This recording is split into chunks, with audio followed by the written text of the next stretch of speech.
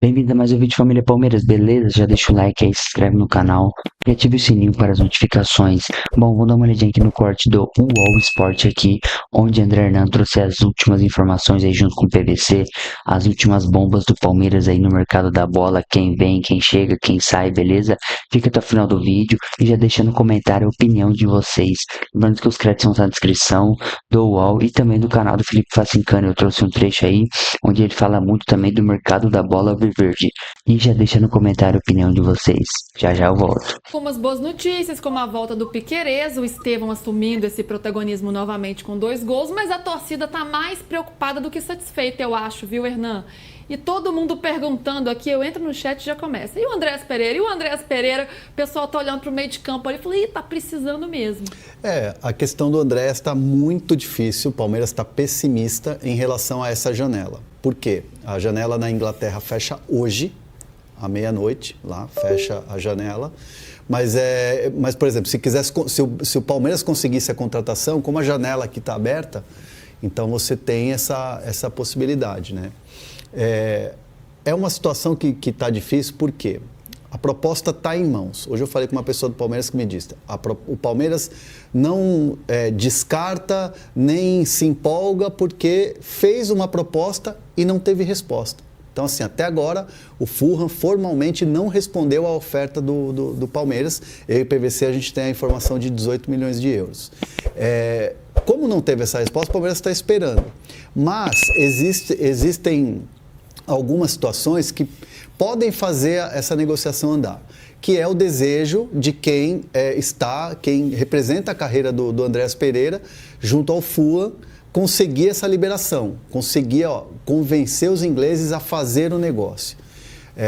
E isso é uma brecha, é uma possibilidade. Então, quem trabalha com o Andréas Pereira não descarta o negócio, porém, também cita que está muito difícil. O Palmeiras não teve resposta, mas o Palmeiras está hoje, nos bastidores, muito pessimista em relação a essa negociação. Tá difícil imaginar o Palmeiras contratar o Andréas Pereira, mas assim, muito difícil mesmo. Até a própria Leila Pereira disse numa entrevista lá pro Rodrigo Fragoso que não conta com o Andréas Pereira. E é de verdade mesmo. Muita gente falou, mas é uma estratégia para dar uma abafada no caso e aí chegar com tudo na negociação. Não, de fato, a Leila pensa que hoje é uma negociação muito difícil de acontecer por todos esses elementos. O que a gente falou 10 dias atrás é que o Palmeiras ia anunciar o Claudinho. Sim. E anunciar a desistência do Andréas. Isso não aconteceu. Como forma de pressioná-lo. Também. Mas não ia desistir, mas ia anunciar a desistência do Andréas. Não aconteceu naquele mesmo dia, porque anunciou a desistência, a saída do Claudinho pela ruptura do lado do Claudinho, mas 3 dias depois, no jogo seguinte, a Leila disse que não levava mais em consideração o Andréas. No lado de quem está na Inglaterra negociando, se diz exatamente isso que o Hernan falou. Pode fechar a janela hoje e ter um negócio daqui a 10 dias. Ou seja, o fato de fechar a janela hoje não significa que acabe qualquer esperança. Mas o negócio é muito, muito, muito improvável. Não é impossível.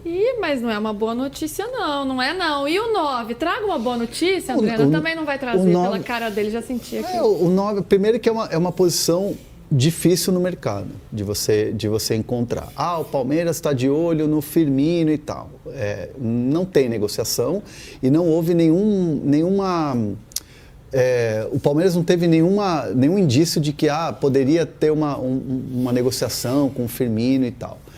Isso aí foi muito mais papo de bastidor do Palmeiras do que propriamente algo mais concreto. O que tem de concreto a presidente Leila ligou para os representantes do Vitor Roque e ouviram dos representantes do Vitor Roque que pode ser no final da temporada europeia, ou seja, seria antes do Super Mundial. Então, essa é uma situação que está para acontecer. E aí, enquanto isso, o Palmeiras analisa o mercado e é muito difícil achar uma peça nessa posição. Tem que entregar algo que o Abel se sinta satisfeito. É esse que eu quero, esse que vamos atrás, mas por enquanto não tem um nome ali que o Palmeiras esteja negociando. Enquanto isso, ele se vira com o que tem, vai testando formações, opções, possibilidades, e a gente vai ver como que é jogar esse centroavante na prancheta. Mas você sabe que eu falei com uma fonte do Palmeiras sobre essa coisa do 9, né? Essa coisa do desespero, toda coletiva, 9, o Abel até chegou... Todo dia no chat, o povo aqui também desesperado. E o Abel até se irritou ali com uma pergunta sobre o 9, eu vi um corte, assim, não vi o contexto todo, mas eu vi um corte. Assim, o que eu ouço é que a torcida do Palmeiras ainda não tem o Paulinho em campo. Então, assim, a chegada do Paulinho com a camisa 7, com toda aquela pompa do grande contratação, 18 milhões de euros, pode fazer essa função, pode fazer uma função um pouco mais, saindo um pouco da área, mas a presença física ali atuando de uma grande contratação como foi a do Paulinho, deixaria o torcedor mais calmo, mais sossegado. Temos nosso reforço está em campo. Porque o que acontece, isso é de rede social e também de clima de Allianz Parque, é assim, o Neymar vai estrear no Santos, o Oscar já estreou no São Paulo, o Corinthians tem o Memphis. E aí fica, cadê o nosso reforço? O litígio é uma do coisa. Allianz não é esse. Não, mas eu tô falando para você de que torcida que cobra o 9. Não, entendi. Não é só da organizada que ele tá falando. Eu sei, mas o problema do Allianz Parque, na rede social pode ser, no Allianz Parque não é esse. Mas PVC, quando você vai no Allianz, ou você anda pelo bairro de Perdizes e Pompeia, o torcedor fala, e o 9? E o 9? Há essa discussão entre torcedores do Palmeiras, quem poderia ser esse 9? Não, até porque ontem não teve 9. A gente pode ver até na prancheta. Bora lá. É engraçado porque em semana de Corinthians e Palmeiras, a gente vai ver uma relação que lembra do jogo do VAR, antes do VAR? Aqui não é esse aqui, não. Você quer botar fogo do Flamengo na Supercopa. É o do Palmeiras e Corinthians, que deve estar aí, enfim. Você lembra que o jogo do VAR, antes do VAR, que é o jogo do pênalti do Dudu, do Ralf no Dudu, que não foi pênalti, mas o árbitro tinha marcado pênalti e depois foi desmarcado? Aquele Corinthians jogava muito parecido com o que o Palmeiras jogou ontem. Parecido, não igual. Não sei se tá ali, eles não acharam, né? Não tem problema, deixa pra lá. Tudo bem, mas você pode ir contando. Aquela sua pranchetinha não tá aí, PVC? Não, ela não tá aqui hoje. A prancheta raiz. A raiz, aquela que tem os botõezinhos.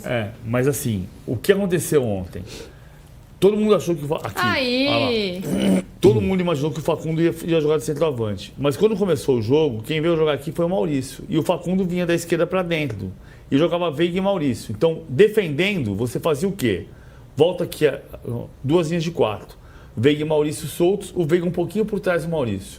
O jogo do VAR antes do VAR, que é o jogo do gol do Rodriguinho, 1-0 pro Corinthians, no Palmeiras na final de 2018, como é que jogava aquele Corinthians? O Carille dizia, e ontem o Abel não falou isso não, que não chamou nem de 4-2-4, nem de 4-4-2, ele falou do 9 e falou do centroavante. Aquele Corinthians de 2018, o Carille chamava de 4-2-4, e eu sempre chamei de 4-4-2. Vamos voltar pro Corinthians de 2018, que é a tela seguinte, que tinha Fagner, Balbuena, Henrique, Sid Clay, Romero. Olha lá. O Fagner fazia pela direita o que o Vanderlan fez ontem. E o Sid Clay ficava um pouco mais preso. E tinha Jadson e Rodriguinho soltos. E era muito parecido. Em semana de Palmeiras e Corinthians, o Palmeiras fez, de certa maneira, o que aquele Corinthians de 2018 fazia. Sem centroavante. Já que não tem centroavante, que o Jô tinha ido embora, fazia os 2 meias que circulavam e se movimentavam. Esse aqui é o jogo do 1-0 contra o Rodriguinho, que teve a grande polêmica do árbitro que deu o pênalti do Ralf no Dudu e depois desmarcou o pênalti por supostamente alguém ter dito de fora do campo que não tinha sido pênalti. E não foi pênalti, mas não tinha VAR naquela época. Movimento de tentar contratá-lo, porque sabia que talvez fosse gastar muito naquilo que ele não entende que é uma grande necessidade e prioridade, o que eu penso diferente. Ele pensou, mas não fez movimento para ir atrás do Vitão do Inter. Ex-jogador do Palmeiras, inclusive, tá? Revelado na base do Palmeiras. Não fez movimento. O nome dele foi colocado como uma sugestão ali, mas já com aquela história do Flamengo, que ele estava mais encaminhado para lá, para cá, o Palmeiras deu uma recuada. Eu acho que o Palmeiras tinha que trazer um zagueiro de bom nível, tá? Eu acho. Mas esse foi um dos nomes. Agora, dentro da história do Wanderson, tá? O Palmeiras tem dois outros alvos que, repito, tá? Repito, é muito improvável que isso seja realizado, mas o Palmeiras, para tentar dar uma resposta rápida e buscar, sim, o tal do centroavante que o Abel quer, dois nomes que, de novo, foram discutidos nessa história do Wanderson, tá? Mas que até agora, até por serem jogadores importantes, ainda não se formalizou nada de proposta, mas que poderiam, nessa possibilidade de abater uma parcela daqui e acolá, ser realizado, porque o Wanderson, de fato, o que eu ouvi no Palmeiras é que isso não passou de um balão de ensaio para medir o que o Internacional está a fim de fazer em relação a essa dívida do Tabata, é que o Palmeiras tem como alvo, dentro do Palmeiras, são nomes bem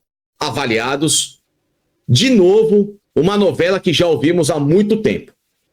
O Borré, que voltou a fazer uns golzinhos lá no Inter, e o Ener Valencia como um plano B, dentro do elenco do Inter que hoje interessa ao Palmeiras. Tá? São esses dois jogadores que eu vi no sábado, que o Palmeiras fica de olhos abertos para entender se pode ser possível. Minha opinião, acho muito difícil que isso seja colocado em negociação. Mas como o Inter precisa de grana, o Inter tem que abater alguns valores que eles têm. E que, claro, apesar de jogar Libertadores, não quer se dar o luxo de perder um bom time, mas que precisa de alguns valores, eu no que eu ouvi sábado, faz sentido isso, e isso foi conversado sim na história do Wanderson. E por isso que essa história também deu uma travada. Porque em vez do Wanderson pediram um, aí o Inter deu para trás, então vamos colocar o outro, aí o Inter deu para trás mais ainda. Então esses dois nomes estão em pauta do Palmeiras. Agora, estar em pauta não quer dizer que oficialmente está aberta uma negociação, porque não está aberta uma negociação, tá?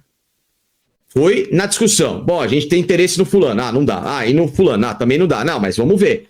Porque para sair negócio aqui, para bater uma dívida, vocês têm que colocar alguma coisa que vale a pena que seja diferente. Então, o 9, que eu acho muito difícil que venha agora, só seria como possibilidade, nesse momento, de uma chegada de um atleta aqui do mercado brasileiro, do mais longe possível aqui, o mercado mexicano, tá? O Palmeiras não vai fazer nenhum movimento nesse momento, do que eu tô sabendo, de outros mercados para trazer. E aqui dentro do Brasil hoje, nessas condições, a proximidade que pode ser um facilitador para a equipe do Palmeiras seria essa tentativa, que por hora, não passou ainda de mera conversa e de mero desejo do clube, tá? Repito, eu não tentaria nenhum nem outro. Só se viesse de graça. Ah, não quero mais, vem de graça. Não gastaria R$1 nesses dois jogadores, tá? Eu acho que tem outras opções. Mas é isso, você deixa para 2 de fevereiro resolver algo que poderia ter sido pensado lá atrás, é de uma incompetência cavalar, tá? Sobre o Matheus Pereira, o que o Palmeiras ouviu é que o Cruzeiro, de fato, não quer abrir nenhuma negociação, então não fez também nenhum tipo de movimento, e é isso, tá? Vigia Sante parou de ser discutido, porque o Palmeiras está amarrado nessa história do Andréas, e tem gente ainda dentro da atual diretoria, mesmo com o clube, não tendo feito mais nenhum contato com o lado do Andréas, ainda acreditando que o telefone vai tocar em algum momento para falar, olha, ele topou vir, o Fulano topou negociar. Por isso que o Palmeiras também não fez movimento. Eu acho isso uma incompetência, mas é o que está acontecendo. Para vocês verem a realidade do que é um time que tem 80 milhões na mão e que não consegue sair do lugar. É isso aí, pessoal. Esse foi o vídeo de hoje aí. Deixa o like, já se inscreve no canal aí. O Facincani falando muito sobre esse Verdão Borré e Ener Valencia aí podendo pintar como reforço. Vamos aguardar se vai ter proposta, o que o Palmeiras pensa como essa posição de centroavante. Também o Hernan falou bastante aí sobre Andrés Pereira, que é muito difícil, mas existe essa possibilidade que o staff do atleta está animado. E dando sequência aqui nas informações, ó, uma notícia aqui da UOL também, Rádio Bandeirantes, onde a notícia fala: Palmeiras aumenta a proposta para o Andrés e vê possibilidade de acordo com o Fulham. O jogador de 29 anos é o principal desejo do Alviverde para o meio-campo. O Palmeiras aumentou a proposta por Andrés Pereira, meio-campista do Fulham. Segundo apurou a reportagem, a nova oferta supera 25 milhões de euros, cerca de 149 milhões de reais, somando a parte fixa e metas contratuais. Essa é uma oferta que enfim se aproxima do que o Fulham entende como ideal para negociar o jogador de 29 anos. As conversas com o clube inglês aconteceram no último fim de semana e o staff do jogador se animou com a possibilidade. A janela de transferências na Inglaterra fechou nesta segunda-feira, mas isso não seria um impeditivo para o Palmeiras. O Alviverde e os clubes brasileiros têm até 28 de fevereiro para contratar atletas que atuam fora do país. Em seguida, haverá uma janela de transferências especial no Brasil, visando o Super Mundial de Clubes da FIFA, entre os dias 2 e 10 de junho de 2025. Bom, em relação a essa janela especial aí no meio do ano, eu não vejo com bons olhos a contratação de grandes reforços visando o Mundial, porque precisa do período de adaptação do atleta, né? Um jogador que está na Europa, mesmo que ele esteja jogando, participando das partidas com o clube lá inglês, mas chegar aqui é outra realidade. Campos pesados, até o entrosamento com os companheiros, o ritmo de jogo é outro, é mais lento, ele precisa desse período de adaptação. Então, se for pensar para trazer visando o Mundial, precisa ser agora, até o dia 28 de fevereiro. Temos mais ou menos aí um mês, 26 dias aí, 25 dias para fechar a janela, e o Palmeiras corre com todo tempo para trazer um reforço da Europa aí, um meio-campista e quem sabe um camisa 9. Beleza, turma? Deixa aí no comentário a opinião de vocês, deixa o like e até o próximo vídeo.